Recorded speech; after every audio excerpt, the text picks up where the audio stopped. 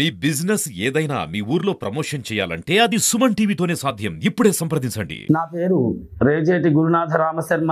Suman TV వారికి మరియు Suman TV ప్రేక్షకులకు వినాయక చవితి శుభాకాంక్షలు తెలియజేస్తూ, అసలు మీకు తెలుసా వినాయక చవితి ఎప్పుడు చేసుకోవాలి అనే దాని గురించి నేను మాట్లాడుతూ, వినాయక చవితి ఈ సంవత్సరం 7/9/2024 ఉదయం 7:30 నుంచి మధ్యాహ్నం 1-2 వరకు కూడా వినాయక విగ్రహ ప్రాణప్రతిష్ఠ చేసుకోవచ్చు. ఈ వినాయక చవితి చాలా ఉత్కృష్టమైనది. విద్యార్థి లభతే విద్యాత్, ధనార్థి లభతే ధనం, మోక్షార్థి లభతే మోక్షం. ఎవరు ఏ కారణాన్నైతే మనస్సులో తలుచుకొని వినాయక పూజా కార్యక్రమాన్ని జరిపించుకుంటారో వారికి తప్పనిసరిగా ఆ కోరికలు సిద్ధించి, సిద్ధి వినాయకుడు కాబట్టి, వరసిద్ధి వినాయకుడు కాబట్టి వరములను సిద్ధింపచేస్తాడు. అలాంటి సిద్ధి వినాయక పూజని అందరూ జరుపుకోవచ్చు. ఇంట్లో చేసుకున్న వాళ్ళు ఇంట్లో చేసుకోవచ్చు.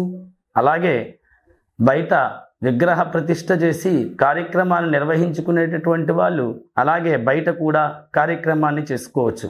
ఎవరైతే ఎంత భక్తితో శ్రద్ధతో చేస్తారో వారికి ఆ వినాయకుడు మోక్షాన్ని ప్రసాదించి మన యొక్క కార్యక్రమాలను సిద్ధింపజేయడానికి సిద్ధంగా ఉంటాడు ఆ స్వామి.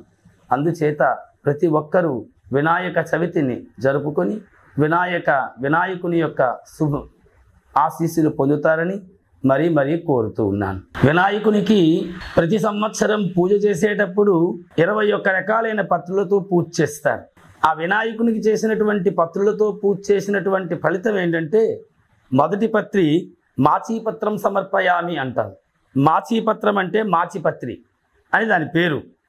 ఇది దద్దుర్లు, తలనొప్పి, వాత నొప్పులు, కళ్ళకు సంబంధించినటువంటి అనారోగ్యాలన్నింటినీ కూడా పోగొడుతుంది. చర్మ వ్యాధుల్ని కూడా పోగొట్టేటటువంటి శక్తి ఈ మాచీపత్రికి ఉంది.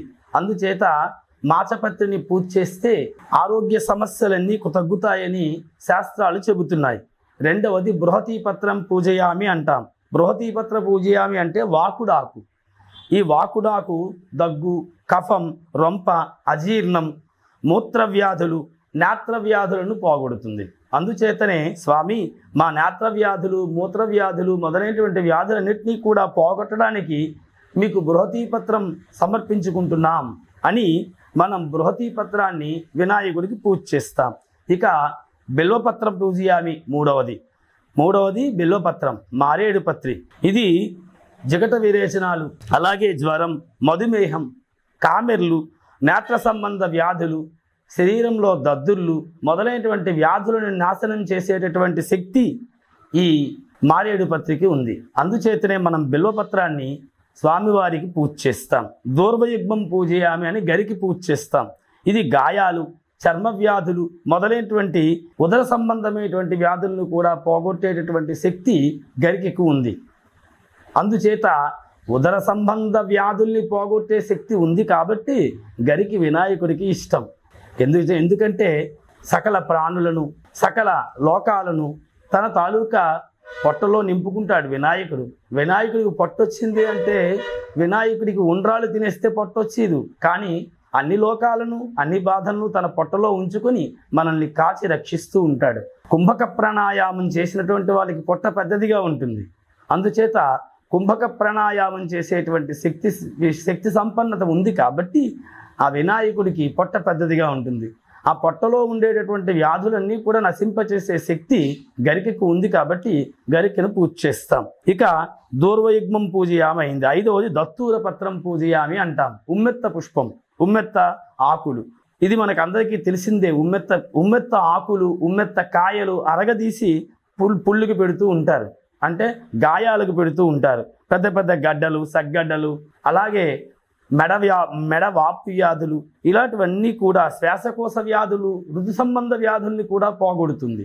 అలాంటి శక్తి సంపన్నమైనటువంటిది కాబట్టి దత్తూరపత్రం సమర్పయామి అని ఉమ్మెత్త పుష్పాన్ని పూజ చేస్తాం, ఉమ్మెత్త పత్రి పూజ చేస్తాం.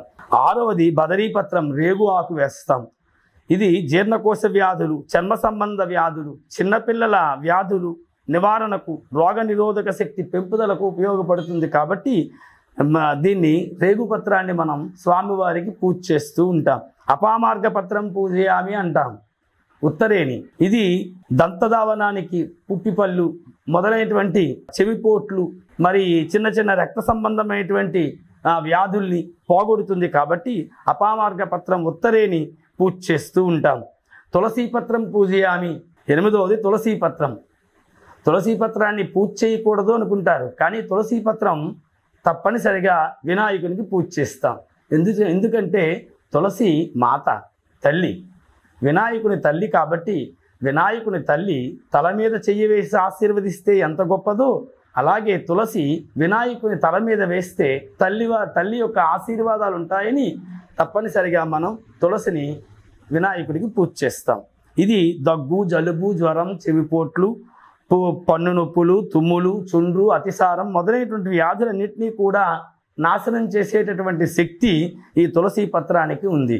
తరువాత సూతపత్రం పూజయామి అని మామిడి ఆకుని పూజ చేస్తాం. 9వది ఇది రక్త విరేచనాలు, చర్మ వ్యాధులు, ఇంటిలోని క్రిమికీటకాల నివారణకు ఈ సూతపత్రం పనిచేస్తుంది. అసలు మామిడాకులు ఇంటికి తోరణాలు ఎందుకు కడతారు? ఇంటిలో ఉండేటువంటి క్రిమి కీటకాలన్నీ కూడా బయటికి పోయి ఇల్లంతా కూడా ప్రశాంత వాతావరణంలో ఉంటుందని ఇంటికి మామిడి కొమ్మలు కట్టండి బాబు అంటారు. అందుచేత ఈ మామిడి కొమ్మ అంత పని చేస్తుంది. అందుచేత మామిడాకుని పూజ చేసి ఈ సర్వ విధమైనటువంటి రోగాలను నాశనం చేసేటటువంటి గుణం దానికి ఉంది. కాబట్టి దాన్ని కూడా పూజ చేస్తారు.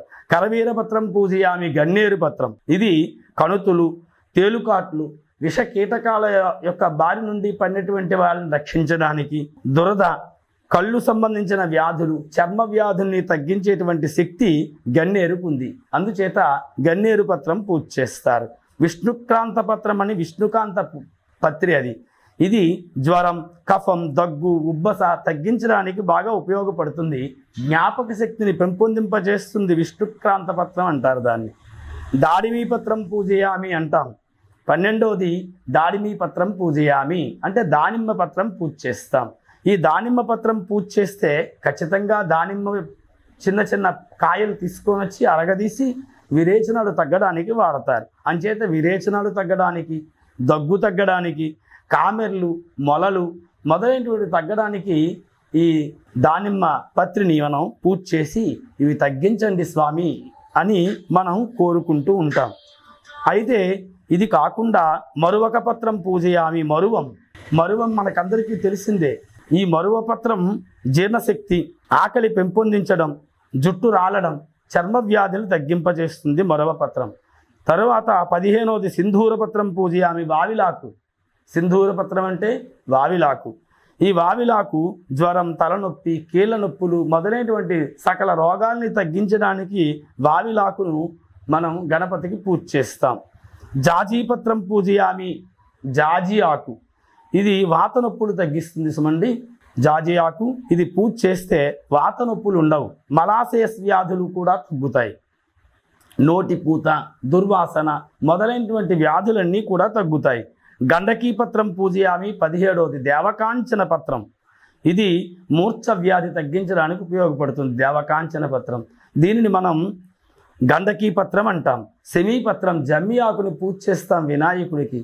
జమ్మి ఆకు పూజ చేస్తే కఫం, కుష్టు వ్యాధులు, అతిసార వ్యాధులు ఇలాంటివన్నీ కూడా నాశనం చేస్తుంది జమ్మి ఆకు. అందుచేతనే జమ్మి ఆకుని మనం వినాయకునికి పూజ చేస్తాం. అశ్వత్థ పత్రం పూజయామి అంటాం. రావి ఆకులు పూజ చేయడం వల్ల మలబద్ధకం, వాంతులు, మూత్ర విసర్జనలో లోపాలు ఇలాంటివన్నీ తగ్గుతాయి. అందుచేతనే రావి ఆకుని వినాయకుడికి పూజ చేస్తాం. అర్జునపత్రం పూజయామి. తెల్లమద్ది 20వది, ఇది చర్మ వ్యాధులు, కీళ్ళ నొప్పులు, కాళ్ళ నొప్పులు తగ్గిస్తూ ఉంటుంది. అందుచేత అర్జున పత్రాన్ని పూజ చేస్తాం వినాయకునికి. అక్కపత్రం పూజయామి. జిల్లేడు పత్రిని పూజ చేస్తాం. ఇది చర్మ వ్యాధులు, సెగ్గడ్డలు, కీళ్ళ నొప్పులు, చెవిపోటు, కోరింత దగ్గు, దంతశూల, విరేచనాలు, తిమ్మిర్లు, బోధకాలను కూడా నాశనం చేసే శక్తి ఉంది. అందుచేత జిల్లేడు పత్రాన్ని పూజ చేస్తాం. ఇలాగా 21 పత్రాలు అనేక రకాలైన వ్యాధుల్ని నాశనం చేయడం కోసం మాత్రమే మనం వినాయకుడికి పూజ చేస్తాం. ఈ ఆకులలో ఉండేటటువంటి గుణాలు చాలా గొప్పవని ఆయుర్వేదం చెబుతుంది. ఆకులలో రోగనిరోధక శక్తి చాలా ఎక్కువగా ఉంది. ఒక్కొక్క ఆకులో ఒక్కొక్క రోగనిరోధక శక్తి ఇమిడి ఉంది. కాబట్టి ఈ ఆకుల్ని మన పందిళ్ళలోకి లేదా మన ఇళ్లలోకి తెచ్చుకొని ఆకుల్ని వినాయకుడికి పూజ చేస్తే ఆకులో ఉండేటువంటి రోగ నిరోధక శక్తి ప్రసరింపజేసి మన అందరం కూడా ఆరోగ్యంగా ఉంటామని వినాయక చవితి మొదటి పండగ, సంవత్సరంలో ప్రారంభ పండగ, ఆది పండగ వినాయకుడు, ఆదిదేవుడు వినాయకుడు, మొదటిసారిగా పూజింపబడినటువంటి వాడు వినాయకుడు. అందుచేతనే ప్రతి సంవత్సరం మొదటి పండగగా వినాయక చవితిని చేసుకుంటాం. ఈ మొదటి పండగ నుంచి చివరి పండగ అంటే సంవత్సరం చివరి పండగ సంక్రాంతి వరకు కూడా మనం ఎంతో ఆరోగ్యంగా ఉండాలని, సుఖంగా ఉండాలని, సంతోషంగా ఉండాలనే ఉద్దేశంతోనే ఈ పత్రులన్నీ కూడా 21 రకాల పత్రులను మనం వినాయకుడికి పూజ చేసి, స్వామి మాకు ఆరోగ్యాన్ని ఇవ్వు, ఐశ్వర్యాన్ని ఇవ్వు, మనశ్శాంతిని ఇవ్వు, గృహశాంతిని ఇవ్వు అని మనం ఆ స్వామివారిని కోరుకుంటాం. ఇక వినాయక ప్రసాదాలకు వస్తే వినాయకుడు కుడుములు, ఉండ్రాళ్ళు ముఖ్యంగా చాలా ఇష్టం. ఆ స్వామికి కుడుములు, ఉండ్రాళ్ళు చాలా ఇష్టం. మూషికం ఆయన యొక్క వాహనం. ఎలుక అదేం తింటుంది? గింజలు తింటుంది. ఆ గింజల నుంచి వచ్చే ప్రసాదం ఏది? ఉండ్రాళ్ళు, కుడుములు, ఇవన్నీ కూడా గింజల నుంచి వచ్చినటువంటి ఆహార పదార్థాలు. అందుచేతనే స్వామివారు వాటినే ఎంపిక చేసుకుని తమ యొక్క మూషికానికి కొంత ఇచ్చి తాను కొంత స్వీకరిస్తారు. కాబట్టి ఆ వినాయకునికి మనం కుడుములు, ఉండ్రాళ్ళు, ఒబ్బట్లు మొదలైనటువంటి పిండి వంటలన్నీ కూడా తయారు చేసి స్వామికి నివేదన చేస్తాం. మానసిక స్థైర్యాన్ని పెంపొందించేది వినాయకుడు, ధైర్యాన్ని పెంపొందించేది వినాయకుడు, బుద్ధిని పెంపొందించేది వినాయకుడు, శ్రద్ధను పెంపొందించేది వినాయకుడు, విద్యను పెంపొందించేది విద్యాకారకుడు వినాయకుడు, అలాగే శక్తిని పెంపొందించేవాడు వినాయకుడు, ధన కనక వస్తు వాహనాలను ఇచ్చేటటువంటి వాడు వినాయకుడు. అందుచేత వినాయకుని యొక్క పూజా కార్యక్రమాన్ని ఈ సంవత్సరం ఎంతో భక్తి శ్రద్ధలతో జరుపుకుంటే ఆ స్వామివారు ఈ సంవత్సరం అంతా కూడా సుఖశాంతులను కలుగజేసి మనకు ఆయువు, ఆరోగ్యాన్ని, ఐశ్వర్యాన్ని ఇచ్చి సర్వదా రక్షించి కాపాడుతాడని కోరుకుంటూ వినాయక చవితి శుభాకాంక్షలను మన సుమన్ టీవీ వారికి, సుమన్ టీవీ ప్రేక్షకులకు కూడా తెలియజేసుకుంటూ ఉన్నాను.